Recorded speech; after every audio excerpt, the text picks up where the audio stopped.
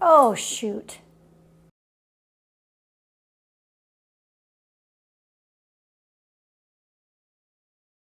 Don't you hate it when that happens? And it looks like I have my next project. All fun and bad acting aside, this is a stool that I've been looking forward to building for quite some time now. And it's not just any stool. These are plans for a step stool from a family friend and an amazing builder who designed and built this stool for my daughter's first birthday. Anyways, he passed the plans on to me. I don't know, maybe he felt I was worthy of them finally. My favorite thing is how they are hand-drawn on spare cardboard. Calculations for the angles are even jotted on the side. Everything is to scale, real simple. Although not so much a recipe, more of an end goal. But really just rustic and fun to follow. After a lot of looking, I was able to decipher what had to be done, and it's time to get started. I headed off to Home Depot to pick up some wood. I briefly considered oak and some of the more expensive hardwoods, but ended up choosing a nice wide clear pine board. I felt like it would fit the stool better. To start, I set my saw to 14 degrees to cut the two large side pieces. I have found that the angles on my saw are not always correct, so if I need a precise cut, I use a digital angle gauge.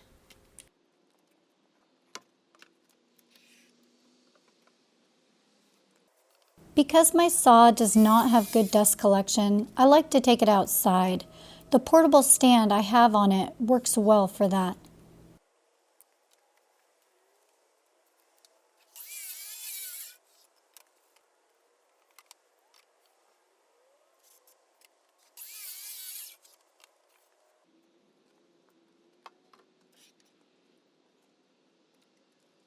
To make the two short side pieces line up with the longer two, I had to change my angle to 10 degrees.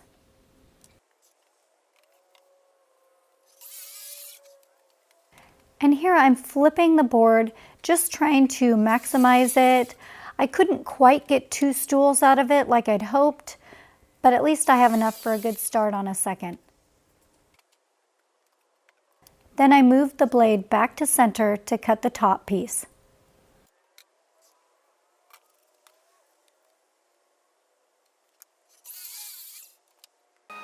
I set the table saw at a 10-degree angle.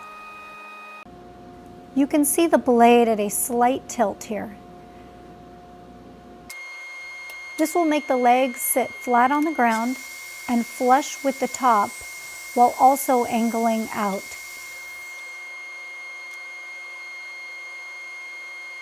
I started by cutting the bottoms of the side pieces, and I cut just enough to give it an angle without taking much off of the width.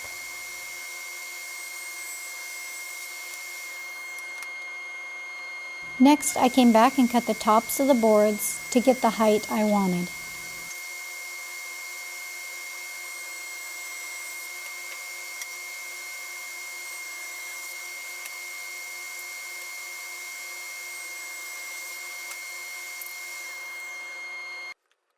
I put pocket holes on the inside of the side pieces so that I could attach the top later without having marks going through the top of it.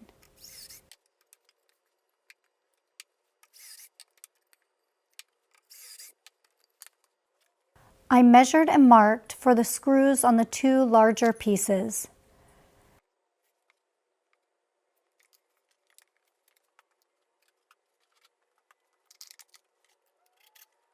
Then I drilled a hole about halfway through so that I could put in wood plugs to hide the screw later.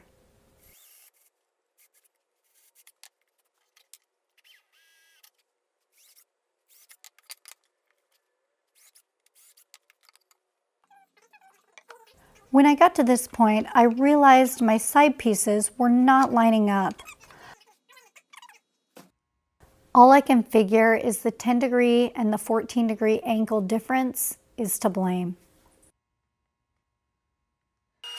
I went back to the table saw and took a small bit off the larger piece, and they lined up great.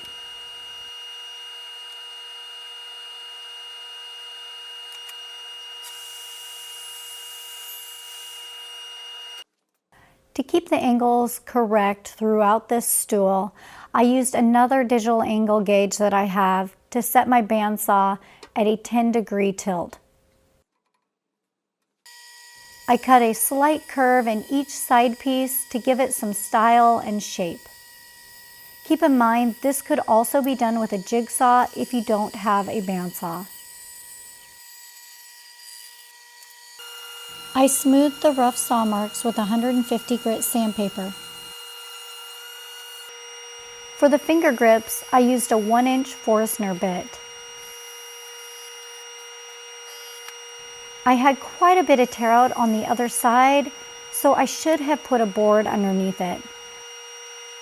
Luckily, that will be on the inside of the stool, so it won't show.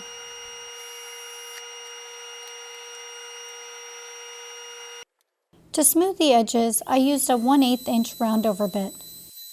You can also just sand this by hand if you don't have a router.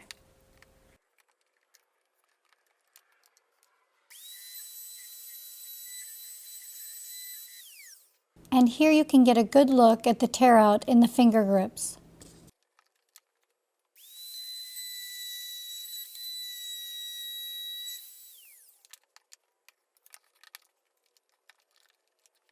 It's always a bit awkward to clamp something like this.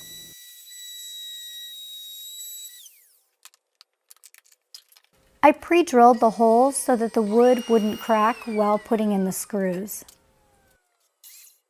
I applied wood glue and used 1 1/4 inch screws. I'm actually using pocket hole screws just because I already had them out. However, they were probably 3 times the price of regular screws.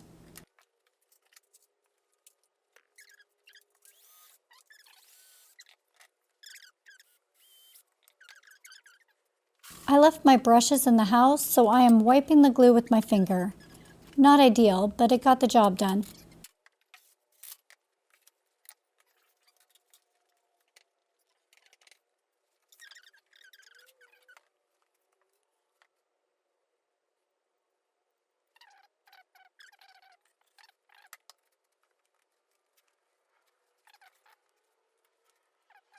Using my hammer to get the boards lined up and make sure the bottom board is flat.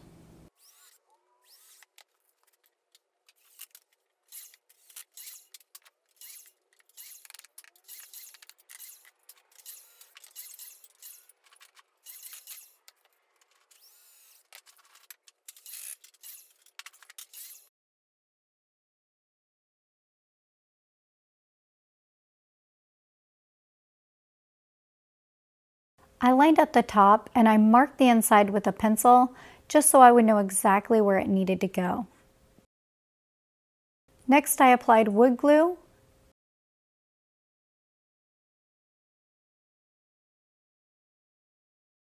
set it in place,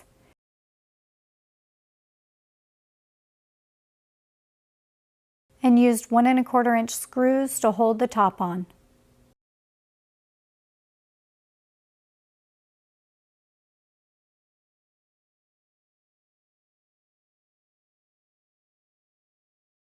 I wiped off all the excess glue because the stain won't take in areas with glue on the wood. So you can skip this part and use wood dowels. However, for under $10, you can buy a plug cutter and make your own. It ends up being cheaper and you can match the wood and grain pattern with scraps from your own project. I find this really easy. I don't have to go buy wood dowels and everything just looks a lot cleaner.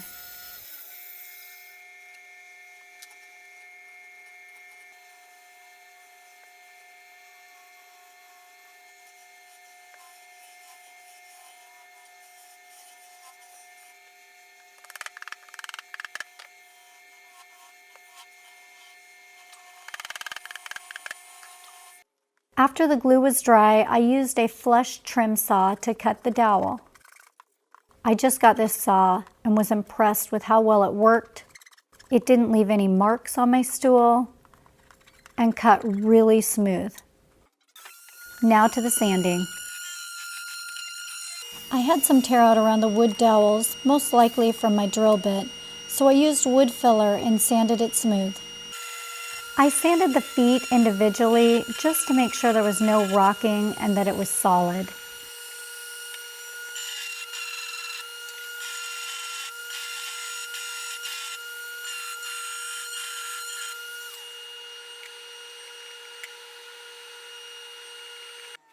Using a small file, I sanded the finger grips. To bring out the grain pattern, I used a neutral stain.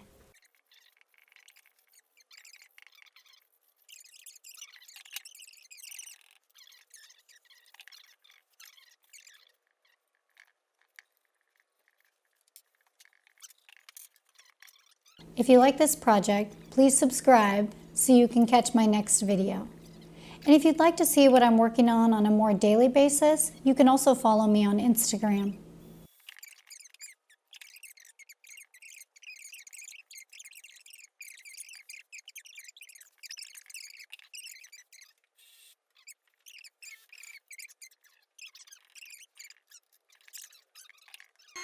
You can see that there were some streaks that I did not wipe away quick enough, and they left those marks in the wood. So I ended up resanding and restaining that area.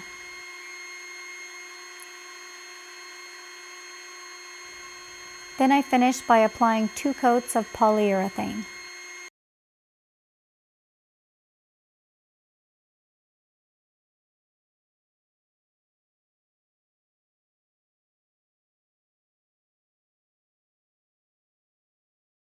And it works perfect, just like a step stool should.